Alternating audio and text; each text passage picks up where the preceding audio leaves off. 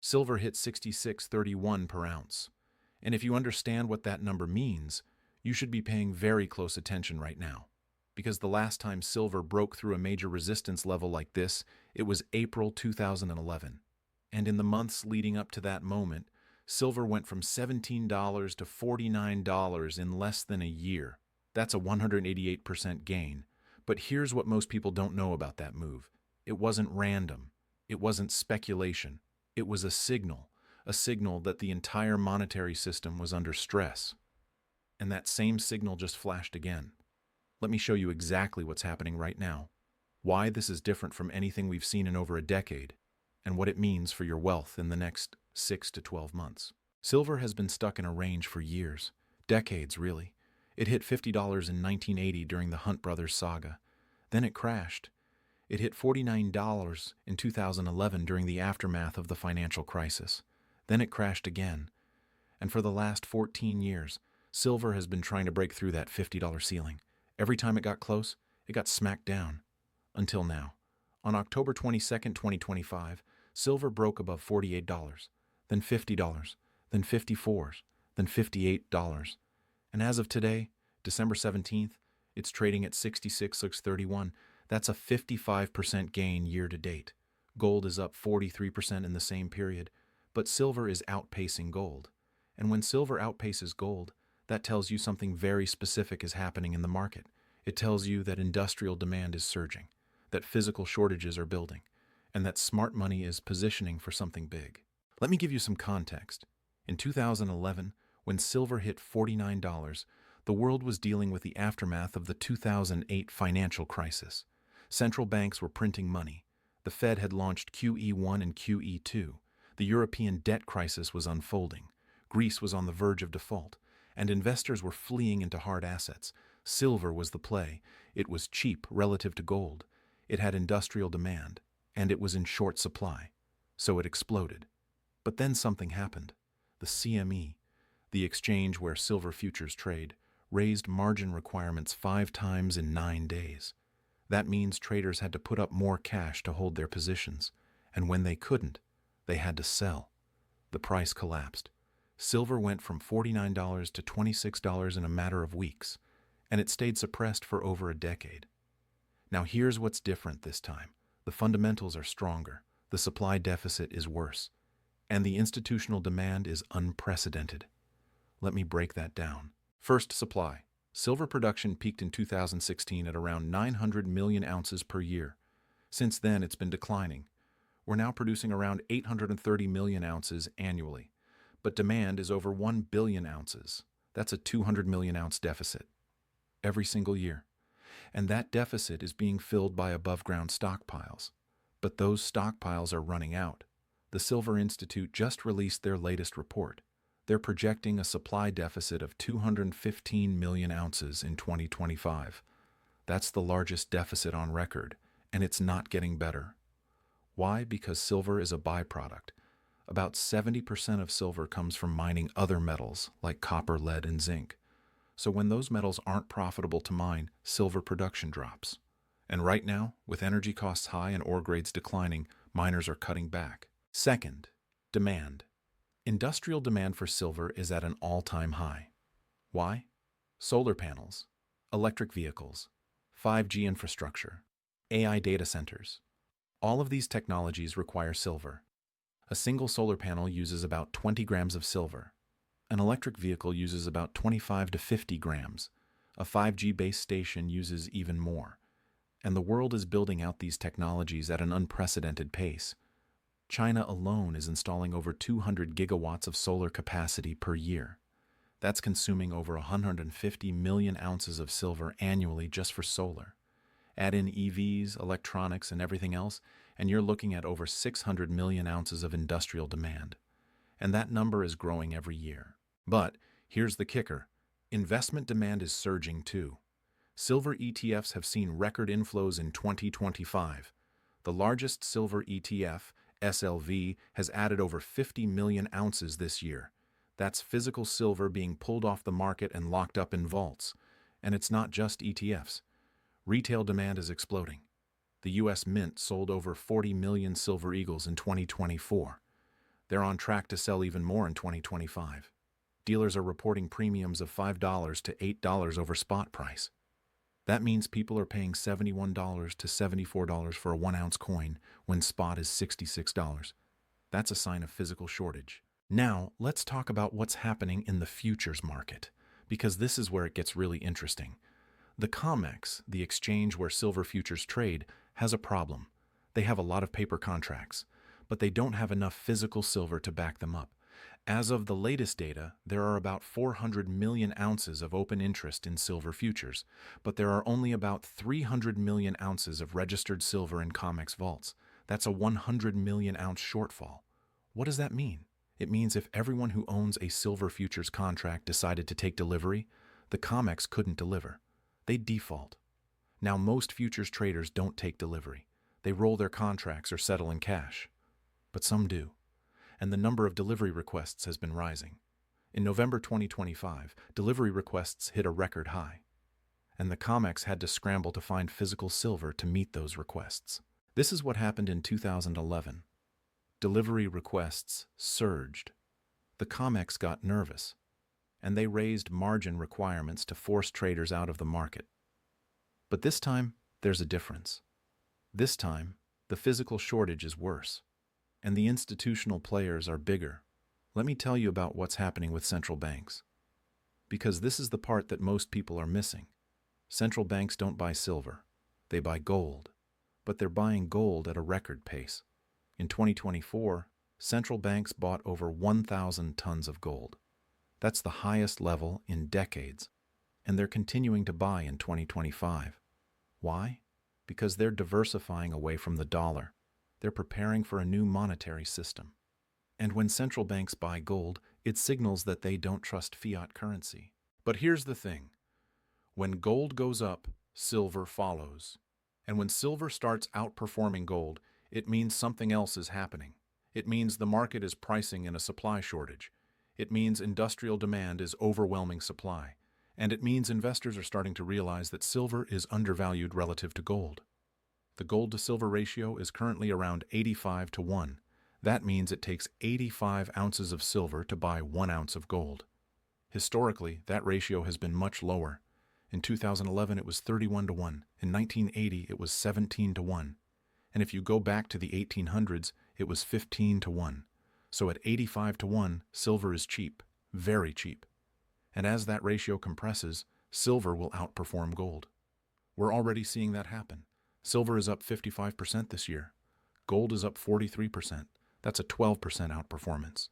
And if the ratio compresses to 50 to 1, silver would need to double from here.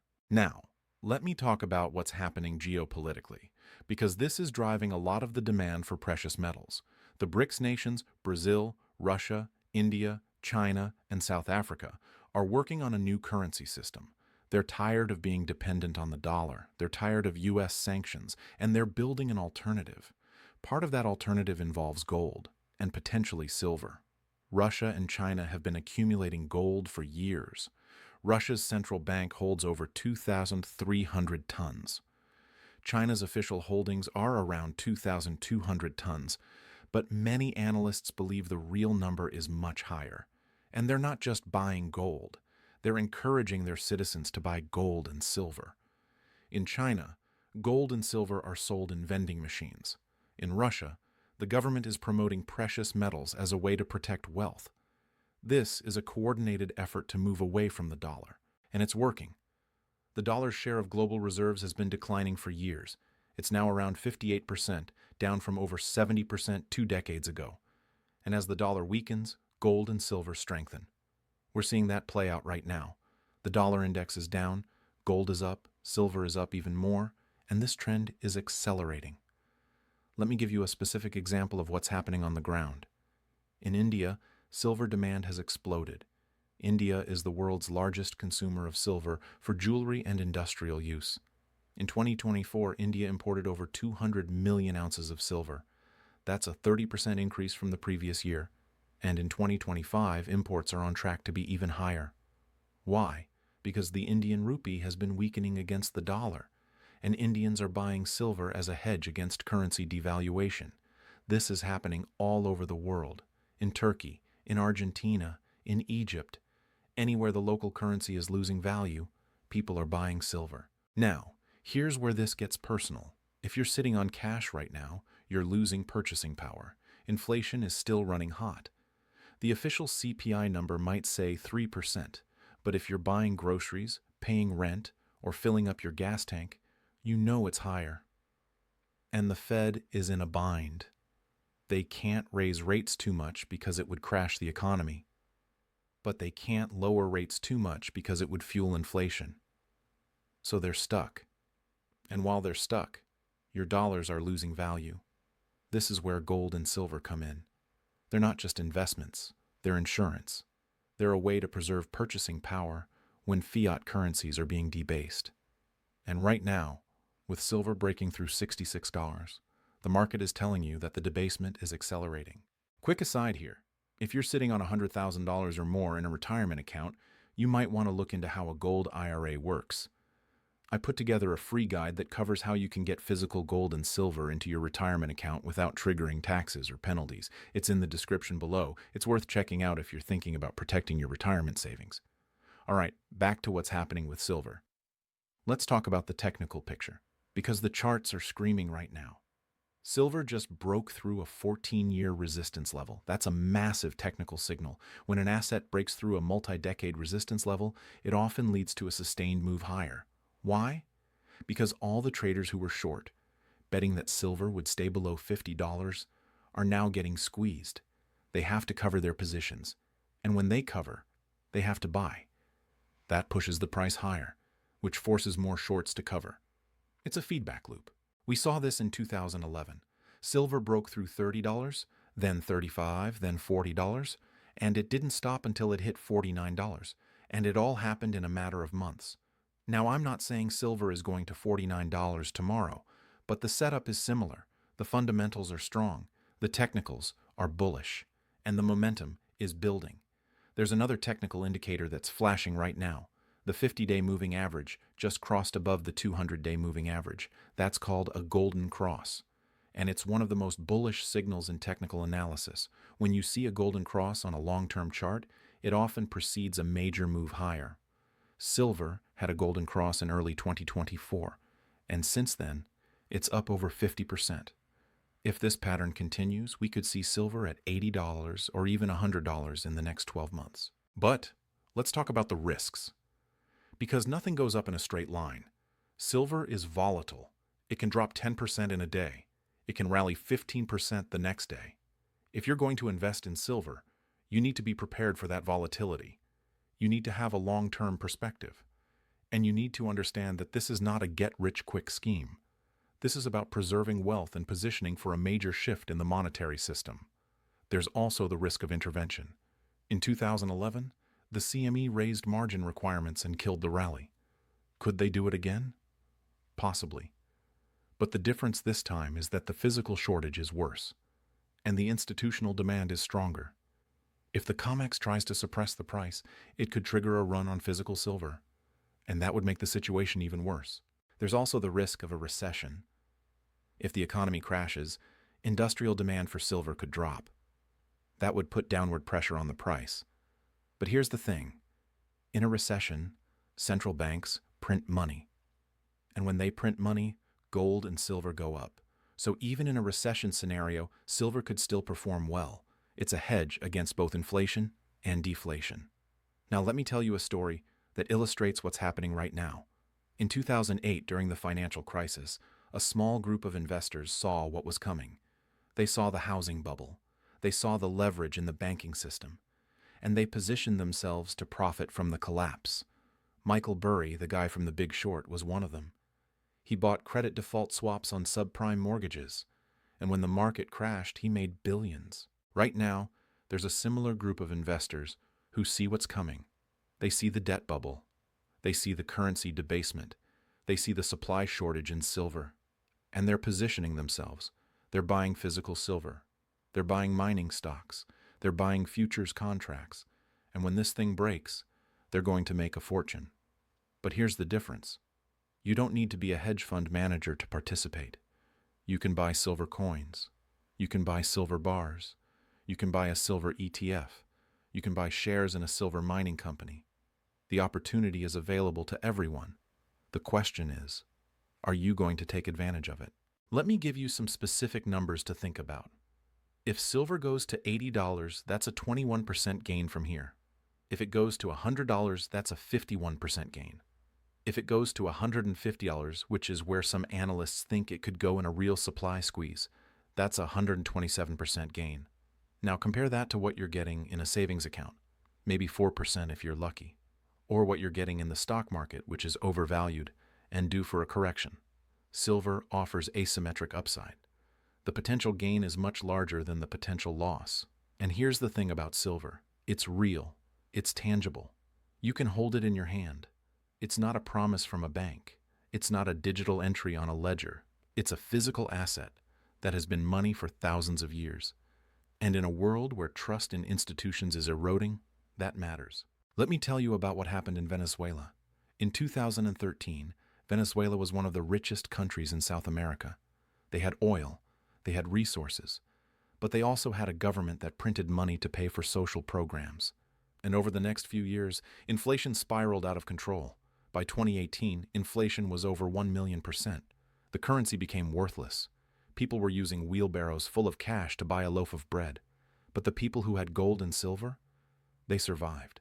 They were able to trade their precious metals for food, for medicine, for passage out of the country.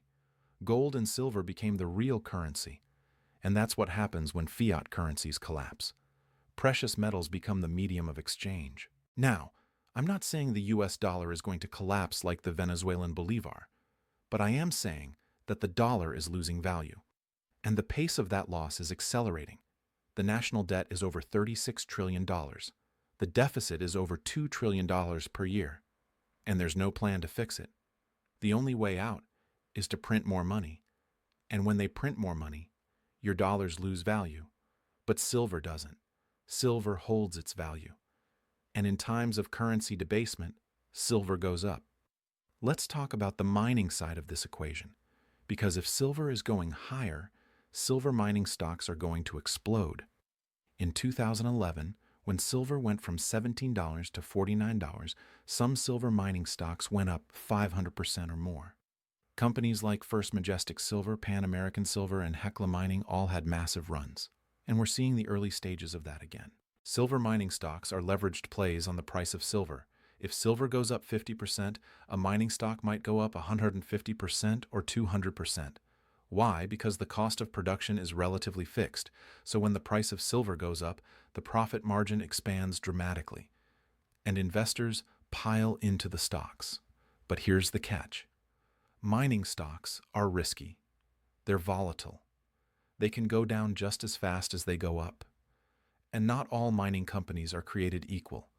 Some have good management, some have bad management, some have high-grade deposits, some have low-grade deposits. You need to do your homework. You need to understand the company's balance sheet, their production costs, their reserve base. Or you can invest in a mining ETF that gives you exposure to a basket of companies. There's another angle to this story that most people aren't talking about, and that's the role of silver in the green energy transition. The world is moving away from fossil fuels. Governments are mandating electric vehicles. They're subsidizing solar panels. They're building out wind farms. And all of this requires silver. A single wind turbine uses about 1,000 ounces of silver. A solar farm uses millions of ounces. An electric vehicle uses 25 to 50 grams. And as the world builds out this infrastructure, the demand for silver is going to skyrocket. The Silver Institute estimates that green energy demand for silver will double by 2030. That's an additional 200 million ounces per year. And remember, we're already in a 200 million ounce deficit. So where is that silver going to come from? The answer is, it's going to come from higher prices. When the price of silver goes up, it incentivizes more production. Miners will reopen old mines. They'll explore new deposits. They'll invest in new technology to extract silver more efficiently. But that takes time. It takes years to bring a new mine online. So in the short term, the only way to balance supply and demand is through higher prices. And that's what we're seeing right now. Silver is breaking out because the market is starting to price in this supply shortage. The market is starting to realize that silver is not just a precious metal. It's an industrial metal. It's a critical component of the technologies that are going to define the next decade.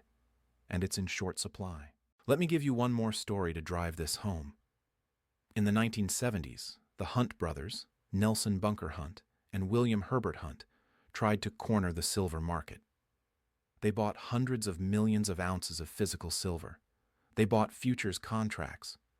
They drove the price from $6 to $50 in a matter of months. And then the market crashed.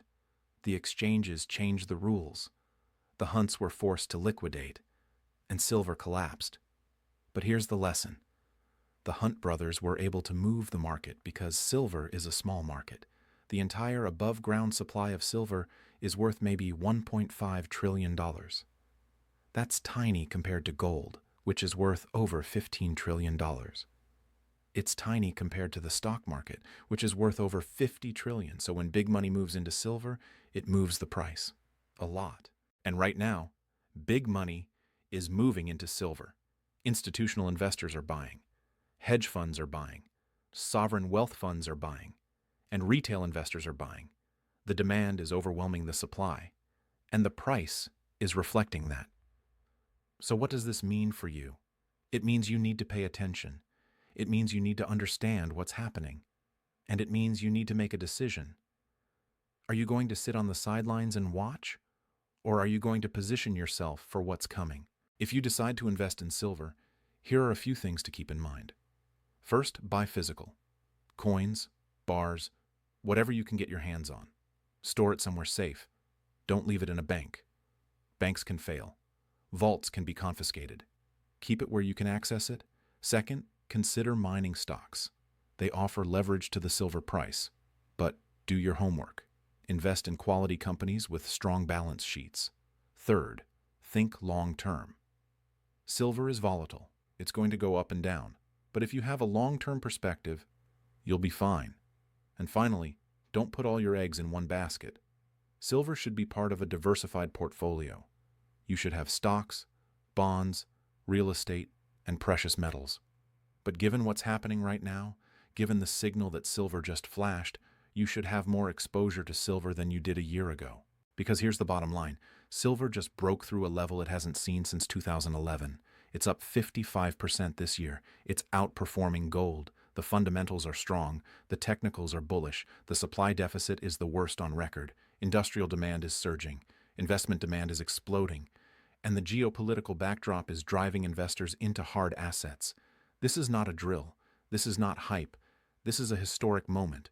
And if you understand what's happening, if you position yourself correctly, you could see life-changing returns in the next 12 to 24 months.